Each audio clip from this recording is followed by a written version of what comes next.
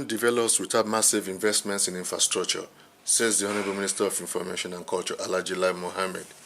The minister, speaking at the 14th Town Hall meeting in Ibadan, Oyo State, stated the need to showcase the achievements of President Muhammadu Buhari's administration to the people of Nigeria.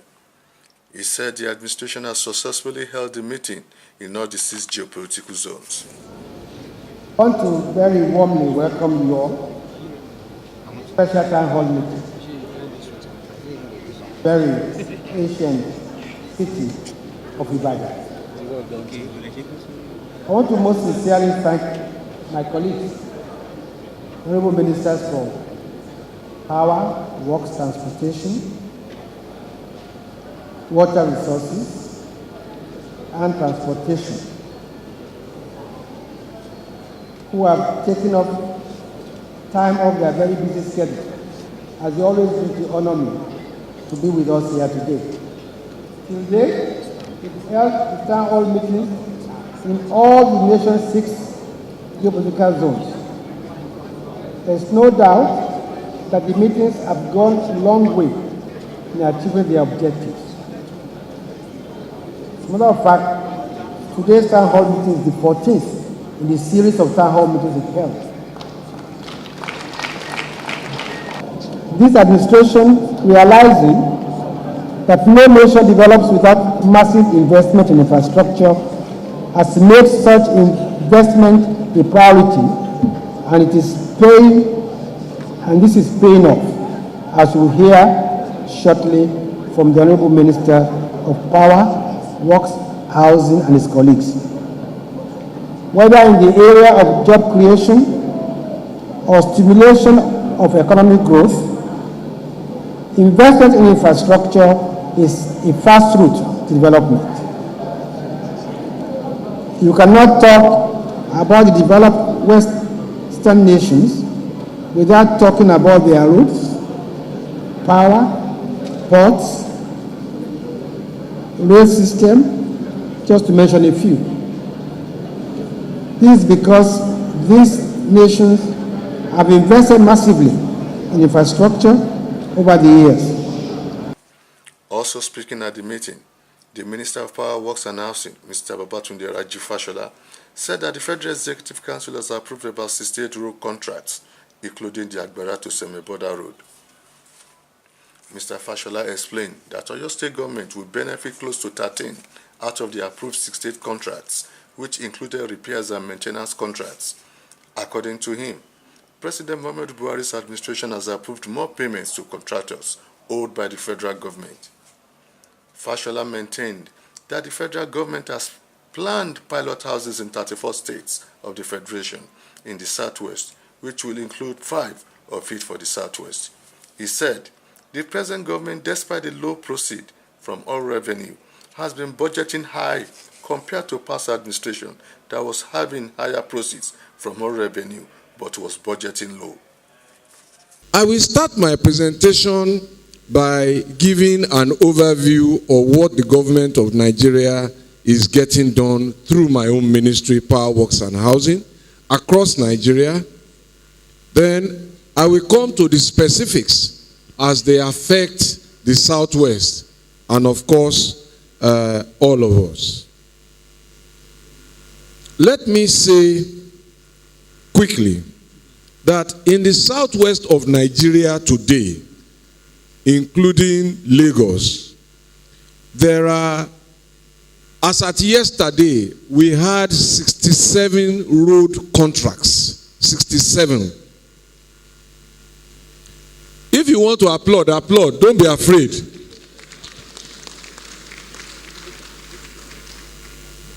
And let me be clear, not roads, road contracts, because some contracts are in sections and there are different contractors executing them. So we had 67 road contracts. Yesterday we added another one in Federal Executive Council, the Agbara to Seme Border Road. That will connect Lagos and Ogun and then out of Nigeria. So that makes it 68.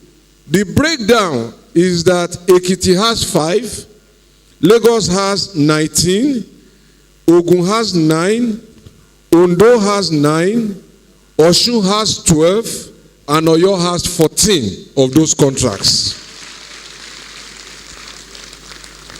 Let me again say that a number of these contracts are repair contracts, which speaks to our commitment to maintenance. So out of the 5 in Ekiti, 2 are repairs of places like Ifaki, Koleomo, Ifaki, Ido. Lagos, out of the 19, 8 are repairs of bridges like Apapa, Eko Bridge, Leventis Bridge, Ijora Bridge, Coconut Bridge, and Akpogbo. In Ogun, out of the 9, 1 is a repair of the Ijebu-Ode Epe to Ibadan Road. In Ondo, out of the 9, 3 are repairs of Ikere-Akure Road and Kilometer 2 Ishuaibilo, Ikere-Iru, and Owo-Akure. In Osun, out of the 12, 3 are repairs, the Ijebu-Jesha-Ekiti Road and Ibadan-Ife Ilesha Road. In Oyo, out of the 14, 2 are repairs, Ibadan-Ife Ilesha Road and Old Oyo Ogbomoso Road. From time to time, and we will come to it when you ask me more specific questions. But that's just the overview. The major roads in Ekiti are F1 Laye Erimo Iwa Raja Road, Lagos, and Ogun, the Ota Abekuta Ikorodu Shagamu. In between Ondo and Ogun is the Bini Ore Ajebandele Shagamu Road, and between Lagos and Oyo is the Lagos Ibadan Expressway, and between Oyo and beyond is the Oyo Ogbomoso bypass. These are just top line issues, and all of these, of course, exclude what FEMA is doing in terms of periodic repairs. The truth also is that sometimes when roads are repaired, within a few months or a few weeks, they fail again. The truth about those roads is that they have outlived their design life. So they are like an old piece of cloth. If you patch it here and wear it tomorrow, it will tear here. So it means that you need a new one. But that does not stop us from trying to intervene to make it better. In his submission at the town hall meeting, the Minister of Water Resources, Engineer Suleiman Adamu, stated the resolve of the present administration in declaring a state of emergency on water supply in Nigeria come 8 November 2018. He, however, pledged the readiness of his administration to support the states of the Federation on water supply, while also declaring a grant of $42 million to Osun State government for water supply project. According to him, 2 water projects are to be commissioned in Osun State. Let me say that this administration met the water resources sector that was in disarray, so to speak. Projects were being contracted out left, right, and center without adequate planning, without recourse to the needs of the country. We have a water resources master plan that is existing that nobody was looking at. Nobody cared about it. We met several ongoing projects or abandoned projects. As at 12 November 2015, when I took office, there were 116 major water supply, irrigation, dam, and hydropower projects in this country. Some had been abandoned for upwards of 17, 20 years. They had started being implemented for 2 or 3 years and totally abandoned. We had policy somersaults. We needed to put our legal framework and policies into proper perspective. We had 12 river basin development agencies that are supposed to river basin development authorities that were supposed to be the backbone of agricultural development, especially irrigation infrastructure, that had completely been turned into agencies for awarding contracts for keke napep, for sewing machines, for grinding machines, and so on. I asked a question when I came about the river basins, how many of them in the last 5 years had increased the irrigation hectareage within their authorities by up to 1 hectare, and I couldn't get any answer. All they were doing is awarding contracts for pumps, for fertilizer, and so on and so forth. So the sector needed a serious overhaul, and that is what we set out to do within the first 6 months. And we came out with a roadmap. And we, in this administration, believe that government is a continuum. And therefore, we felt that it doesn't make economic sense, since we're a government and all the interventions we are going to do are for the benefit of the people. Let us look at what we have on ground. Already, investment has been made in some of these projects, and let us take them up and prioritize them and see which ones we will be able to accomplish. And that is exactly what we have been doing. So far, we've been able to commission so many water projects across the country. And when I say water projects, I mean projects like not only water supply, but dams, irrigation, and some hydropower projects. Let me also say that as for water, while it is the basic ingredient of life, it doesn't, at a federal level, you don't feel so much the impact, mainly because, as you very well know, the federal government does not have a water board. The responsibility of delivering water supply to your pumps and to your houses rests with the states. But the federal government under President Muhammad Buhari feels it owes a responsibility to support the water infrastructure in this country. It's a shame that as we are talking today, there is still not a single city, major city in this country that can boast of pipe-borne water supply, 100% coverage to all the citizens. And we've realized this factor, and therefore we've come up with some emergency measures to address it. Number one, in the next few days, if you watch your sets, precisely on the 8th of November, for the first time in Nigeria and for the first time in Africa, President Muhammad Buhari is going to declare a state of emergency on water, sanitation, and hygiene in this country.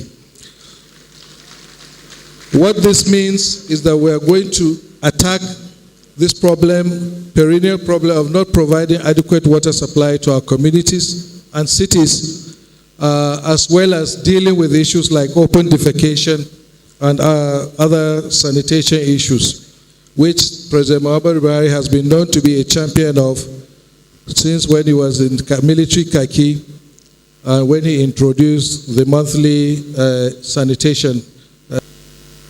I would like to say that the ministry is ready at any point in time to support state governments, especially in the area of urban water supply. Ibadan, for instance, is a very large town, and I know that they have some critical challenges related to water supply. We are working now with the World Bank. We're putting a request, and hopefully we will get an intervention in the next year or two to be able to select 6 urban settlements, cities in Nigeria that we can provide as a model in terms of provision of water supply. I hope and I look forward to states in the southwest, cities in the southwest, taking advantage of this potential benefit to them. We have been working very hard under very stringent conditions, as my colleague, Governor Fashola, has mentioned. This is an administration in the water sector. This administration came in, again, taking a cue from him with a budget in 2015 of about 11 billion naira only. First year, our budget in 2016 was raised to about 52 billion, then to about 95 billion, and 2018 we already have a budget of 150 billion naira. So this is a clear evidence again of what President Muhammad Buhari's administration has been doing and how much importance it attaches to infrastructure development in this country. Of course, we also inherited a lot of debt. In my own case, my ministry, when the first day I came, I was hit with a debt burden of 89 billion compared with a budget of 11 billion. But we did not despair. We did not lose hope. Instead, we rolled up our sleeves and decided to see the best we could do out of the situation. But thanks be to God that so far, when we reflect back, we think we have done faith to our nation, we have done the best we can, and we'll continue to do our best. But remember also that as citizens, we also have a role to play to ensure that this development is carried along. It's not the government alone that can do these things, but we have to work together with cooperation from the people to be able to achieve our aims. I am saying this because, yes, government has the spending, but as far as my own sector is concerned, we cannot make much progress without the support of the people. Especially where I'm leading to is the issue of sanitation. We have a plan to end open defecation, for instance, by 2025. And we cannot achieve it unless there is behavioral change on the part of the people. We are rolling out a plan. We are going to be working with communities. We are going to be doing a lot of community sensitization to be able to do that. I'm happy also to note that the major dam project that was already built by the federal government, the Owene Dam, with a brand new water treatment plant that have been moribund for 7 years, the current Governor Akeredolu has begun to make moves with support from our ministry to secure some international funding, soft loan, to be able to work on the transmission and distribution systems so that we can put that project to good use for the communities. So ours is a issue of collaboration with states, but we'll continue to do our bit. Our major role is to build the bulk water supply. That is why the federal government is working on to make sure that these dams that I mentioned and others are completed. Once we have the bulk of the water provided, then we work with the states again to support them to be able to provide the infrastructure to take the water to the people. The Minister of Transportation, Mr. Rotimi Hmic, has disclosed the resolve of the federal government in building a transit camp in Ibadan, which will have hotel accommodation and a shopping mall. Therefore, called on the people to support the development strides of the present administration. Mr. Hmic promised the people of the readiness of the government in completing the Lagos-Ibadan railway project before the first quarter of next year. How many of you know the transit park? What a transit park is? You see? Even those who don't know what's a transit park, the NURTW. A transit park is a modern motor park. See? If I had called, how many of you know motor park? All of you would raise your hand. A transit park is a place where drivers will rest, sleep, wake up the next morning before they go. Because we will soon start regulating them that we can't allow you to drive from Sokoto or Kano straight to Lagos without sleeping. And we will not allow you to sleep on the road any longer. So I think we are building a transit park in Ibadan. And the transit park will contain, don't clap because he refused to build in my state and I said I cannot live as minister without him building in my state. Where does charity begin? It doesn't begin in foreign land, it begins in Ubima, my village. But in Ibadan, we are building one and it will contain a hotel, it will contain a mall, where those of you who do business will go there and start doing your business, will be able to create more jobs. We've created about it has done is to say to us, ensure you finish Lagos to Ibadan. We are finishing that. We are working to finish that. After that, we will take Ibadan to Kano, non-stop. No more. Before, the plan was Ibadan to Ilorin to Mina to Kano. But now the government is saying, take Ibadan straight to Kano. And imagine $8.7 billion. How much is it? Over 4 trillion naira, all on this track. We are also doing, even though we are looking for money, Port Harcourt to Maiduguri. And Port Harcourt to Maiduguri will take more states. Like the one for Lagos to Kano is just taking, and virtually every capital. In fact, the last design took us to Ekiti. So for Lagos to Kano, you have Lagos as state capital. You have Abeokuta. We have a huge station in Abeokuta, just like we have a huge station in Ibadan. The station in Ibadan, we are looking for private investors who will build hotel and mall there. It's in the bush, but give it 4 years. All of you will park down there. For us, we're not the state. We won't allow you to build near our land. We won't. But if I were the state governor, I will develop a city around there so that people can have houses and all that. But for us, we will not allow you. The only thing we'll build there will be, we'll build a mall, we'll build a hotel in that place. We are also doing from Abuja to Itabe. Abuja to Itabe. We finished Itabe to Warri. I don't know how many of you saw that I took a ride from Itabe to Warri. It was on social media. It was here. Even though it took us like 4 hours. The reason was I was stopping in literally every station. I stopped in every station I saw to supervise what was going on and give instructions. And you may wish to know, Itabe to Warri is 34 years. It's been there. Nobody wants to complete it until we came. And the president said, you must complete it. Go and complete it. Now we have finished it. The only thing we are doing now is that we are building stations. Some stations will be completed in the next few months. Others will continue to be there. So our plan is to start using it latest December. We'll start using Itabe Warri.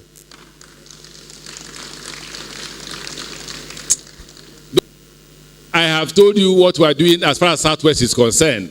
And when you look at the budget, you know, my budget is usually about 200 to 300 billion naira. But nobody looks at the other part that comes from outside. You know, out of this $1.6 billion, we are contributing 72 billion naira. And then from the Chinese bank, we are getting 1.5 points. That's outside the normal budget that they give us. But see how much we have spent in the Southwest, how much jobs we have been able to create. Earlier, in his welcome address at the town hall meeting, the executive governor of Oyo State, Senator Abiola Ajumobi, maintained that his state has provided peace and security, human capital development to the people. Senator Ajumobi stated that the gross domestic product of the state, according to the NBS, stood at $16.2 billion, saying Oyo State has been the largest producer of cassava in West Africa. Look at our gross domestic product. We are at $16.2 billion. What does that mean? We are the fourth largest economy in Nigeria today. After Lagos, Rivers, Delta, then is Oyo State. That is by NBS, National Bureau of Statistics. We did not conjoin. And in the whole of Africa, we are the 18th largest economy. In fact, we are bigger than any of these other countries in Nigeria and in Africa in general. So, distinguished ladies and gentlemen, quickly, we are very happy that Oyo State is very strategically located. It is the gateway between the commercial nerve center of Nigeria and the north. That is Lagos and the north. So what does that mean? Logistically speaking, we are very, very well positioned. Lastly, in terms of our characteristics, or what I call our socioeconomic advantages, Oyo State, as we see today, boasts of the largest concentration of research institutes in Nigeria, agricultural research institutes, NIRT, NIHOT, all sorts. We are the largest in terms of concentration, including IITA. So Oyo State is well positioned for agriculture. And believe you me, in terms of land mass, as I said, we believe that Oyo State will be better and become the food basket of Nigeria. In fact, we are the largest producer of cassava in the whole of West Africa. So again, we have the potential for agriculture, and our area is such that in terms of land mass, Niger State is the largest in Nigeria. But Oyo State has what I call the best agricultural land space in Nigeria. We don't need much of irrigation for what we do. It's a savanna vegetation mostly, and we are 85% arable land. So Oyo State agriculturally is the best positioned in Nigeria. And for the first time in the history of government in Nigeria, this APC government has done more than any other government since we started democratic rule. So they will be riding on that platform. So it is on this note that I like to welcome all of you. I like to thank you for listening to me, and God bless you.